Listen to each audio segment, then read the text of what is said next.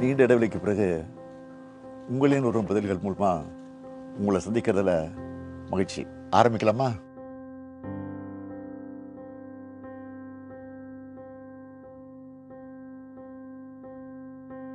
தலைவர், முதல்வர், இப்போ அப்பான்னு சொல்றாங்களே. கட்சிக்காரங்க இயக்கத்துக்கு தலைவரானதுனால தலைவர்னு கூப்பிடுறாங்க. முதலமைச்சர் பொறுப்பில் இருக்கிறதுனால முதல்வர்னு அழைக்கிறாங்க. இப்போ இருக்கிற இளைய தலைமுறை என்ன அப்பான்னு அழைக்கிறத கேட்குறப்பவே ரொம்ப ஆனந்தமா இருக்கு. காலப்போக்கில் மற்ற பொறுப்புல எல்லாம் வேற யாராவது வருவாங்க. ஆனா இந்த அப்பா என்ற உறவு மாறாது. அந்த சொல் என்னுடைய பொறுப்புகளை இன்னும் கூட்டியிருக்குன்னு சொல்லுவேன். நான் இன்னும் தமிழ்நாட்டுக்கு செய்ய வேண்டிய கடமைகள் நிறைய இருக்குன்னு எனக்கு உணர்த்துது. பட்ஜெட் கூட்டத்தொடர் முடிஞ்சிருக்கு. தமிழ்நாட்டுக்கு இந்த பட்ஜெட்டால என்ன நன்மை கிடைச்சிருக்கு? தமிழ்நாட்டுக்கு இந்த பட்ஜெட்டால என்ன நன்மை கிடைச்சிருக்கு? தமிழ்நாட்டை முழுசா புறக்கணிக்கிறாங்க. கடந்த சில ஆண்டுகளாகவே தமிழ்நாட்டுக்கு எந்த நிதியும் இல்லை, பெயர் கூட சொல்றது இல்லை. மாநிலங்களை கம்பேர் பண்ணி ஒன்றிய அரசு வெளியிடுகிற எல்லா புள்ளி விவரங்களையும் தமிழ்நாடு சிறப்பாக செயல்படுறதா ரிப்போர்ட் கொடுக்குறாங்க. ஆனால் பணம் மட்டும் தரமாட்டேன்னு முரண்டு பிடிக்கிறாங்க. மாநில அரசோட நிதியை வச்ச திட்டங்களை பண்ணுன்னு சொல்கிறாங்க. மாநில அரசோட நிதியை வச்சு நாம் பல திட்டங்களை செஞ்சுட்டு இருந்தாலும் ஒன்றிய அரசோட நிதி பங்களிப்பு கிடைச்சாதானே இன்னும் சிறப்பாக செயல்பட முடியும். நம்ம பசங்க படிக்கிறதுக்கான நிதியை கூட கொடுக்க மாட்டாங்கன்னா என்ன அர்த்தம்? ஏற்கனவே கொடுத்துட்டு இருந்த நிதியையும் கொடுக்காம நிறுத்தினா என்ன பண்ணுறது? இப்படி ஒன்றிய அரசு தொடர்ந்து நம்மளை வஞ்சித்து கொண்டே இருக்கு.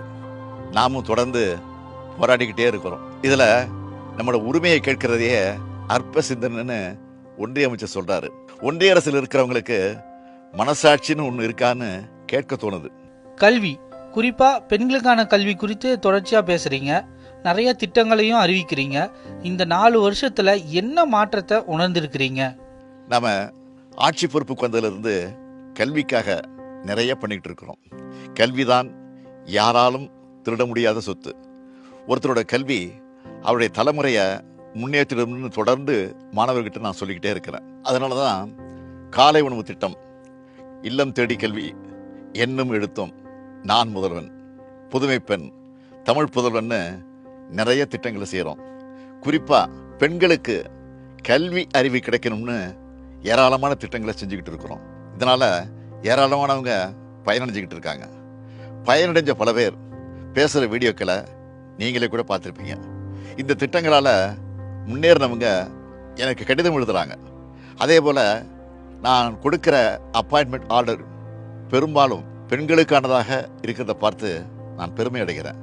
கல்விக்காக இன்னும் நிறைய செய்யணும்னு நினைக்கிறேன். கூட்டணி கட்சிகளின் கருத்துக்களை எப்படி பார்க்கறீங்க? முரண்கள் இருக்கா? கூட்டணி கட்சிகளின் கருத்துக்களை நான் ஆலோசனையாக தான் பார்க்குறேன், முரண்பாடாக நினைக்கிறது இல்லை. ஒரு குடும்பத்தில் வேலை செய்கிற ஆஃபீஸில் எல்லா இடத்துலையும் கருத்து வேறுபாடுகள் இருக்கத்தான் செய்யும். கருத்து சொல்வது ஜனநாயக பூர்வமான உறவின் அடையாளம்தான். 2019 ஒன்றா சேர்ந்து தேர்தல் களத்தை சந்திச்சுட்டு வரோம். பாஜக எதிர்த்து வெற்றி பெறுவதில் இந்தியாவுக்கே எடுத்துக்காட்டா இருக்கிறது திமுக தலைமையிலான கூட்டணி தான். கருத்து முரண்பாடுகளால் எங்கள் நட்புறவில் எந்த பாதிப்பும் இல்லை. டெல்லி முடிவுகள் இந்தியா கூட்டணிக்கு சம்மட்டி அடின்னு எதிர்கட்சி தலைவர் பழனிசாமி சொல்லியிருக்காரு. நான் ஏற்கனவே சொன்னதுதான். பழனிசாமியோட அறிக்கையை பார்த்தா பாஜகவோட அறிக்கை மாதிரி தான் இருக்கும். அவருடைய வாய்ஸே பாஜகவின் டப்பிங் வாய்ஸ் தான். நாம் கள்ள கூட்டணி சொல்கிறத நிரூபிக்கிறார் பழனிசாமி, அவ்வளவுதான். இதெல்லாம் பேசுறதுக்கு முன்னாடி அவர் தன்னோட தோல்விகளை பற்றி யோசிச்சு பார்க்கணும். பெண்களுக்கு எதிரான பாலியல் குற்றங்கள் சம்பந்தமா நிறைய செய்திகள் இப்பெல்லாம் வருதே. பெண்களுக்கு எதிரான குற்றங்கள்ல நம்ம உடனடியாக ஆக்ஷன் எடுக்கிறோம். தவறு செய்கிறவங்க யாராக இருந்தாலும் கைது செய்கிறோம். பாலியல் குற்றங்களுக்கு இன்னும் கடுமையான தண்டனைகளை வழங்குவதற்கு சட்டமன்றத்தில் நானே சட்டம் கொண்டு வந்திருக்கிறேன். சிறப்பு நீதிமன்றங்களை கொண்டு வந்திருக்கிறோம். சீக்கிரம் தண்டனை வாங்கி கொடுக்குறோம். பாலியல் குற்றங்கள் செய்கிறவங்க அவங்க வீட்டில் இப்படி ஒரு குற்றம் நடந்தால் எப்படி எதிர்கொள்வாங்கன்னு நினச்சி பார்க்கணும். சோஷியல் மீடியாலாம் பாப்பீங்களா? ஓய்வு நேரங்களில் பார்க்கறது உண்டு. செய்திகளை விட மக்களோட கமெண்ட்ஸ் என்னன்னு பார்ப்பேன். தீயதை விளக்கிட்டு நல்லதை எடுத்துப்பேன்.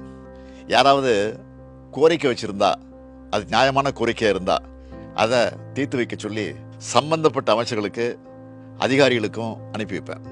பொதுவாக சோஷியல் மீடியாக்களில் நிறைய உணவு சம்பந்தப்பட்ட வீடியோக்கள் வருது. நிறைய பேர் ஹோட்டலுக்கு போய் ஃபுட் ரிவ்யூ போடுறாங்க.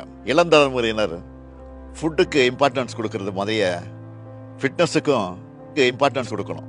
வெளி மாவட்ட பயணங்களுக்கு போறப்போ கிடைக்கிற அனுபவங்களை பத்தி சொல்ல முடியுமா? அரசு நிகழ்ச்சிகளையும் கழக நிகழ்ச்சிகள் மட்டும் கலந்துக்கிட்டோமான்னு இந்த பயணங்கள் இல்லை. எந்த மாவட்டத்துக்கு போனாலும் அந்த பகுதியில் இருக்கக்கூடிய பொதுமக்கள், வணிகர்கள், மாணவர்கள் எல்லாரையும் சந்திச்சு பேசுறேன். என்னை சந்திக்கிறப்போ மக்களோட முகத்துல மகிழ்ச்சியும் நம்பிக்கையும் பார்க்கிறேன். ஒவ்வொருத்தரும் என்கிட்ட உரிமையோடு பேசுறாங்க.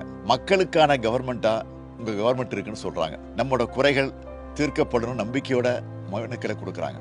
கூடுமான வரைக்கும் எல்லா மனுக்களுக்கும் தீர்வு காண்றோம். அந்த பிரச்சனையை தீர்க்க முடியலைன்னா ஏன் அதை செய்ய முடியலன்னு அவங்களுக்கு தெரியப்படுத்துறோம். அதே மாதிரி அவங்க முன்வைக்கிற கோரிக்கைகளையும் தேவைகளையும் செஞ்சு கொடுக்குறோம். மொத்தத்துல இந்த வெளி மாவட்ட பயணங்கள் எனக்கு மன நிறைவா இருக்கு. இன்னும் சொல்லணும்னா புது எனர்ஜியை தருது. மணிப்பூர்ல குடியரசுத் தலைவர் ஆட்சியை அறிவிச்சிருக்காங்களே, மிகவும் காலதாமதமான முடிவு இது. அந்த மாநில முதலமைச்சர் பிரேம் சிங் அவரா ரிசைன் பண்ணல, வேறு வழி இல்லாம பதவி விலகி இருக்கிறார். 2 ஆண்டு காலமா மணிப்பூர் பத்தி எரிஞ்சுது. 220 பேருக்கு மேல மக்கள் பலியாயிருக்காங்க. மாநிலத்தின் முதலமைச்சர் மேல நடவடிக்கை எடுக்காம ஒன்றிய பாஜக அரசு பத்திரமா பாதுகாத்து வச்சிருந்தாங்க. நடந்த வன்முறையோட பின்னணியில மாநில முதலமைச்சரே சம்பந்தப்பட்டிருக்காருன்னு இப்போ அவர் பேசின ஆடியோ வெளியாகி இருக்கு.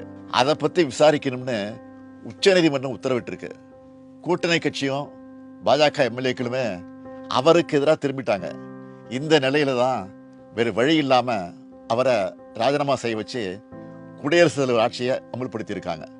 பாஜக ஆளுகிற மணிப்பூரா இருந்தாலும் உத்தரப்பிரதேசமா இருந்தாலும் இந்த அளவுல தான் சட்டம் ஒழுங்கு நிலைமை இருக்கு. இந்த லட்சணத்துல இவங்க அடுத்த மாநிலத்தை பத்தி கூச்சம் இல்லாம பேசுறாங்க. நம்மளை பொறுத்த வரைக்கும் மணிப்பூர்ல விரைவில் அமைதி திரும்பணும். மக்களை காக்கிற, மக்கள் விரும்புகிற மக்கள் ஆட்சி அமையணும்.